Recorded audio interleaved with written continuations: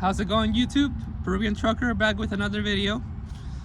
As you saw in the thumbnail, I am stuck at a Freightliner service shop. My last video was about 10 days ago. We were in Des Moines, heading for Omaha, Nebraska to pick up a load, finishing week 3. That load went well. We picked it up in Nebraska on last Monday. And we delivered it in Maryland Wednesday last week. It is now Wednesday, April 27th. Last week after we delivered that load, it's pretty uneventful, everything went well. We got another load going from New Jersey to Illinois.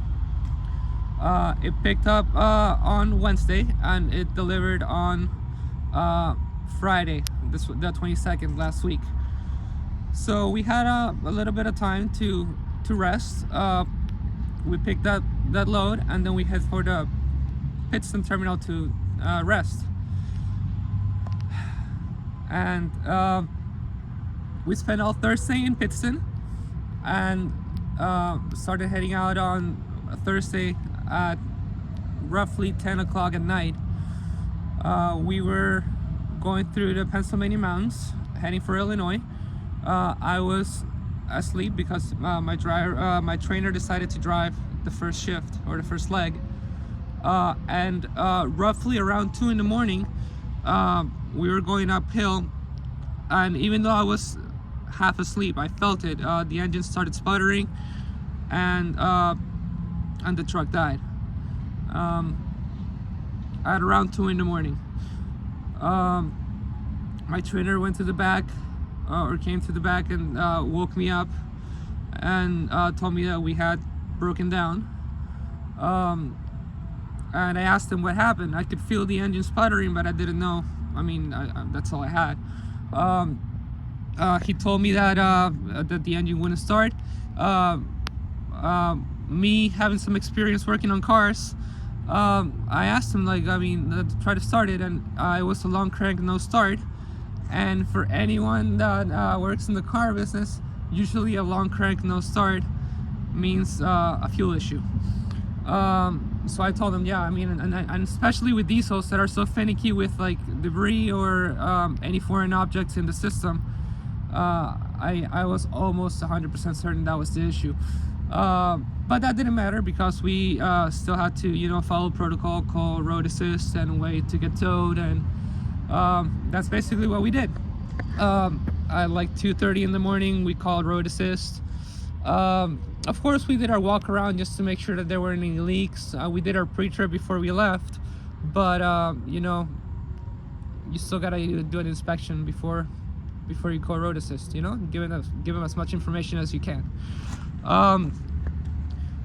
So yeah, we called road assist, and they called the tow truck, and the tow truck arrived at around 5 in the morning, if I'm not mistaken. He came, he tried to start it, he tried to start the truck, it didn't work. So in the end we ended up getting towed here at around 9 o'clock in the morning. We finally made it. It was a 4-mile tow, which is nothing, but that's how long it took for them to get us here, from 2 in the morning to around 9 o'clock in the morning. So this is last Friday, April 22nd, and because it's a Friday, the shop doesn't work Saturdays or Sundays, and they already had other trucks to look at, so we had to wait until they were available for us. So that didn't happen until Tuesday. That's yesterday in the afternoon. They brought the truck in the shop, and they looked at it, and well, now Wednesday they're working on it. It turned out to be the fuel pump, which is it's probably, I mean, I don't know if it's a known issue or I mean, this is new to me, but it turned out to be the fuel pump. They're fixing it as I speak, and hopefully within the next hour we'll be on the road. But there's a couple things I want to talk about in regards to that. First of all, nobody hopes that this happens. Nobody expects for this to happen, but For one, I'm thankful that it didn't happen to me, because I probably would have freaked out. So for one, I was thankful that it happened to my trainer. That's one thing. The other thing, I'm thankful that it happened when we were going uphill, because my guess is that if it would have happened going downhill, we would have lost air pressure fairly quickly, since we had to slow the truck down. Now, like I said, we did our pre-trip, and there was no issues on that end, and the truck was going to work the way it was supposed to. If it would have lost air pressure, the tractor protection valves and trailer protection valves would have popped out, but that doesn't allow for the truck to be maneuvered in a safe way. It basically would have been stuck wherever it got stuck. So because it happened while going uphill, the truck slowed itself down, which allowed for it to be maneuvered properly and safely parked on the side of the road. So thankful for that as well. Those are two good things from my point of view. And the third thing, which could be viewed from a negative point of view, is, I mean, obviously nobody expects to break down, or nobody wants to break down, but if it was going to happen at any time, it's great for me that it happened while I'm on TnT training, because it's more experience for me. We've been stuck here at the Freightliner stop for 5 days now, which means that I've missed on an X amount of miles that I could have made. But I rather this experience of knowing how to deal with road assist and how to deal with a breakdown than those miles, because the miles are pretty uneventful. Once you're on the road, you're on the road, as long as everything goes okay.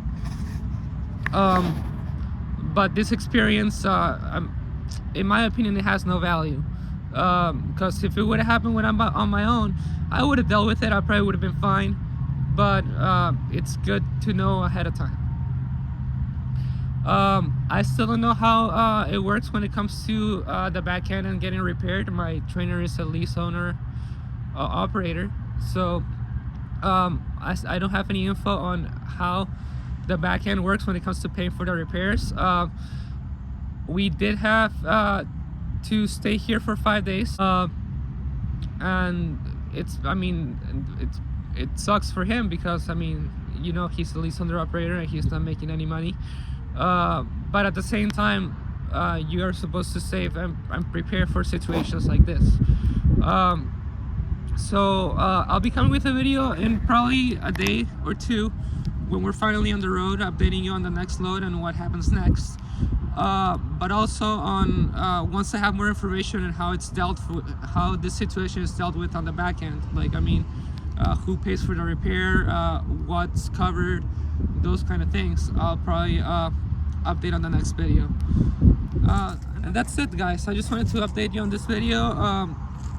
Just stay safe out there. Make sure you do your pre-trip, check your gauges, and learn as much as you can from your trainers, because once you're on your own, you're on your own. They're giving you all the tools that you need for when you're on your own. So yeah, make the most of your TnT, man. Thank you for watching. Have a good one. I'll catch you in the next video.